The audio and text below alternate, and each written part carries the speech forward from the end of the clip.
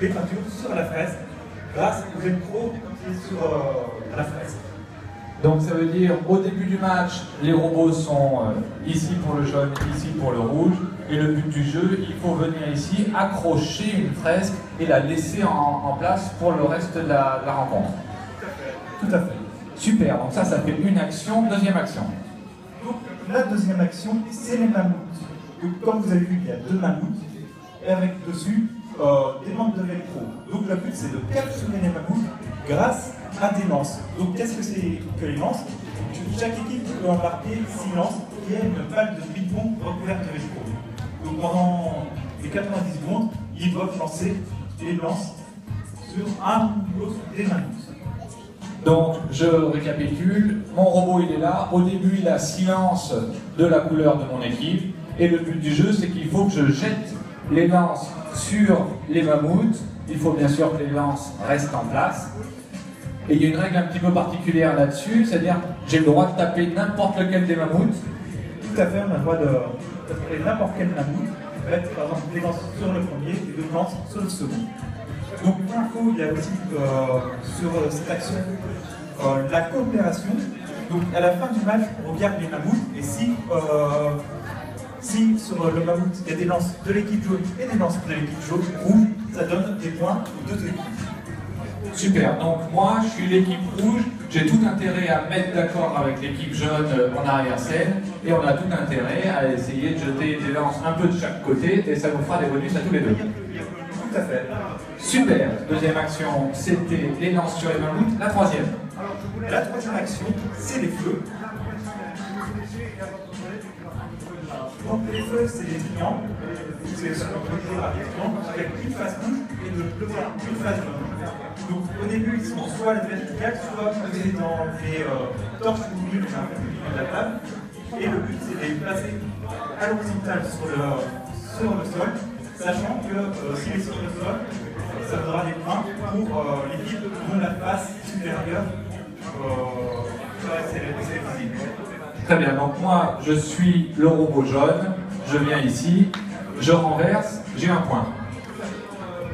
Et encore mieux, si j'ai bien tout compris, j'ai le droit également de les prendre, ces feux, et de les déposer sur ce qu'on appelle les foyers. Alors les foyers, il y en a aux deux angles ici et un foyer au centre. Et là, ça me rapporte un peu plus de points, ça fait combien? 2 fois plus. Donc ça fait 2 points. 2 points par feu. Super. Et bien sûr, l'équipe adverse a le droit de retourner les feux. On peut retourner les feux de l'autre, on peut également, si on est gentil, donner des points à l'autre équipe. Super, j'aime bien cet esprit. Quatrième action. La quatrième action, c'est l'action des fruits mousse. Comme vous avez vu, autour de la table, il y a 4 arbres, avec dessus des fruits mousse. C'est des fruits préhistoriques qui sont malheureusement disparus.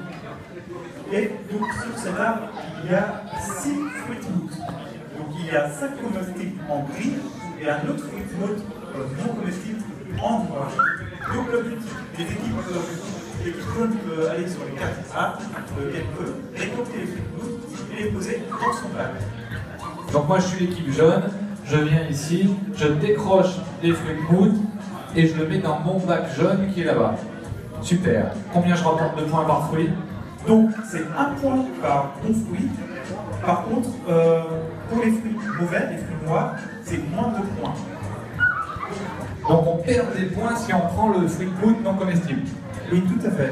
Donc du coup, on a le droit de mettre tous les fruits dans son bac. On a le droit aussi de mettre les fruits dans le bac adverse, par exemple les fruits noirs.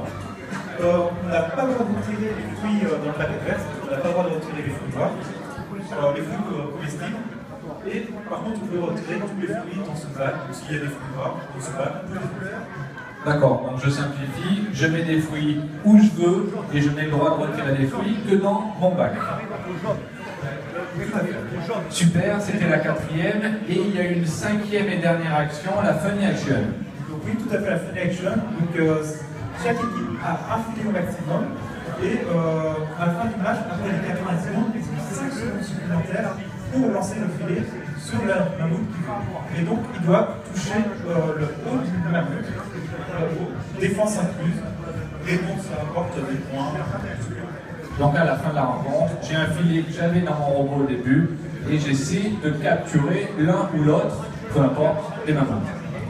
Super. Et alors, je ne sais pas s'il y a des équipes ici qui ont cette particularité, mais en tout cas, c'est un point qu'autorise le règlement. J'ai le droit d'avoir un deuxième robot, c'est ça? Oui, on a le droit d'avoir un robot autonome. Donc le premier est toujours fluoridé et le deuxième, l'équipe fait un deuxième robot et autonome. Et donc en gros, il n'est pas commandé par les équipes, c'est des robots tout seuls dans les 4. Super. Alors je ne sais pas si on a des robots autonomes aujourd'hui à Toulouse. En tout cas, il y en aura certainement à la finale. Il faudra s'y préparer. Et pour ces petits robots autonomes, il y a cette ligne noire un petit peu qui est censée faciliter la chose, puisque les robots peuvent essayer de suivre la ligne. Il y a un feu sur le chemin, ils peuvent déjà s'occuper de ce feu-là, et la ligne s'arrête au niveau des fresques. Ça fait que les robots autonomes peuvent assurer les points de la fresque. On a fait le tour du règlement. Tout à fait. Super. Donc, 90 secondes.